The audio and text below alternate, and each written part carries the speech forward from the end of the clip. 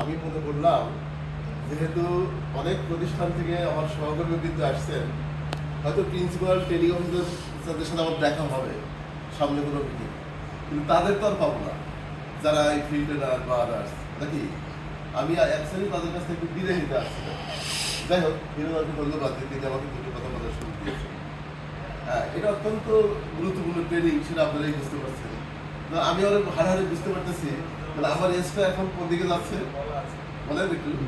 প্রবীণের দিকে যাচ্ছে, তাই না? প্রবীণ এবং বয়স্কের দিকে যাচ্ছে। এই যে একটা পরিবর্তন, এই পরিবর্তন কিন্তু মারাত্মক, বুঝলেন? স্পেশালি আমরা একটা জিনিস জানি যে একটা মানুষ যখন বয়স হবে তার মধ্যে কয়েকটা প্রবলেম দেখা যায় বয়স্ক ব্যক্তিদের। সেটা কি? একটা হলো শারীরিক, আর একটা হলো মানসিক, আর একটা সামাজিক, আর একটা হলো অর্থনৈতিক। এবং এই চারটা সমস্যা মোকাবেলা করা একটা প্রবীণ ব্যক্তির জন্য দূর হয়ে দাঁড়ায়। ওই সময় আমরা কি করি? আমাদের প্রবীণ ব্যক্তির চারপাশে যারা আছেন তারা তাদেরকে সহায়তা করে।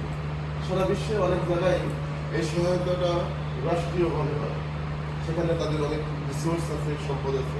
কিন্তু আমাদের দেশ যেহেতু করি, আমরা যেহেতু এখনো ডেভেলপিং অবস্থায় আছি, আমাদের রাষ্ট্রীয় সহায়তা তেমন নাই। আপনারা জানলে একটু আশ্চর্য হবেন যে একজন বয়স্ক ব্যক্তির জন্য রাষ্ট্র কর্তৃক এই দেশের ভাতা হলে কয় টাকা বলি জানেন কি? 600 টাকা।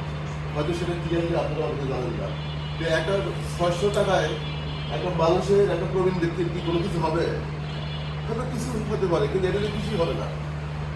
এর অর্থ কি দাঁড়ালো? এর অর্থ দাঁড়ালো, এবং এটা সবাই পায় না।